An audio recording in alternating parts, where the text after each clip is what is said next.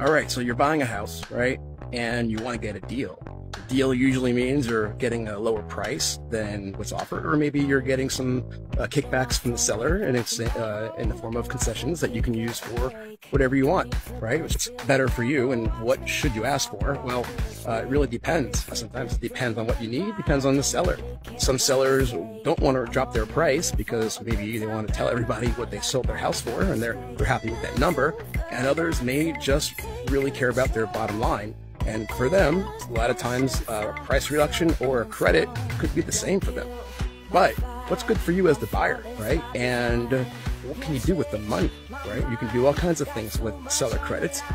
You can pay your closing costs. You can pay down a permanent interest rate, and you could do what's called a 2-1 buy down, or a combination of the two, depending on how much credit you get. But is a seller credit better than a price reduction? Well, I mean, it depends. It really comes down to the individual needs and the property itself and the numbers, right? So let's put in perspective. Let's say you have an $800,000 property, right? That's just what's in my head right now. And let's say you think $15,000 is what the market would get for a price reduction. Well, if you're putting 20% down, what that does for you as a buyer is it lowers your out-of-pocket from the down payment by like $3,000, and that would lower your monthly payment like $80. So you're not really that significant. But if you were to use that $15,000 and not do a price reduction, and you were to use that for, let's say, a permanent rate buy down, that could save you $300 a month. Your down payment would be the same, but you'd save a lot more monthly, and what you'd gain by comparing to a price reduction would be significantly better with a permanent rate buy down. And of course, depends on how long you have the mortgage for. You can also use $15,000 to offset your closing costs, which may or may not be even close to that $15,000. But you can also combine it with what's called a 2-1 buy down. And now this is a little gimmicky. Now, I wasn't always the biggest fan of them, but right now, because rates are a little bit higher than expected, and because many people will probably be refinancing in the next 2 years or so, because rates probably come down, but no one can guarantee, is permanent rate buy down may not be the best, because it would take you about 4 years to make full use of that buy down credit. You see the monthly savings right away, but if you refinance or sell before 4 years, some of that money that was used is kind of wasted. You don't really notice it, but you could have made better use of the funds up front. And the 2-1 buy down actually makes use of all the money, same with a credit for your closing costs, although it's not meant to be a long-term solution. And here's what it is.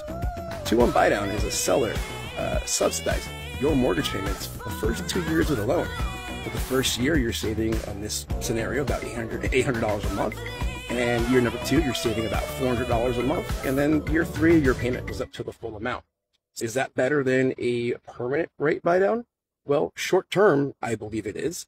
But if it's a long-term thing that you're owning the house for, if rates don't come down and you don't refinance, then that's when a permanent rate buy down may be better for you. But dollar amount for the credits is about the same for those two numbers. It just comes down to a review of everything and see what's best for you. Now, what I like about the 2-1 buy down is if you do refinance before the 2 years is up, whatever funds you didn't use to subsidize your mortgage payment comes back to you in your payoff. So it would be reduced in your principal for your mortgage payoff. But if you were to pay it for a permanent rate buy down, that money's gone.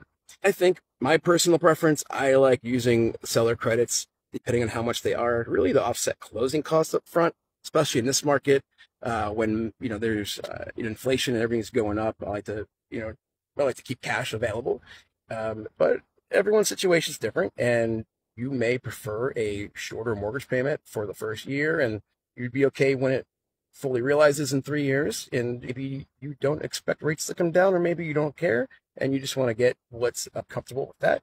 But in that case, you may want to look at a permanent rate buy down, so you'd have a below market rate for the next 30 years, just in case things never come down. It's hard to imagine that rates don't come down, but that would be, if your mindset's there, that could be a good solution. Definitely consult your professional to go over all the options, because everything is subject to change and may not be exactly this by the time you look at the numbers. Good luck. It's crazy out there right now.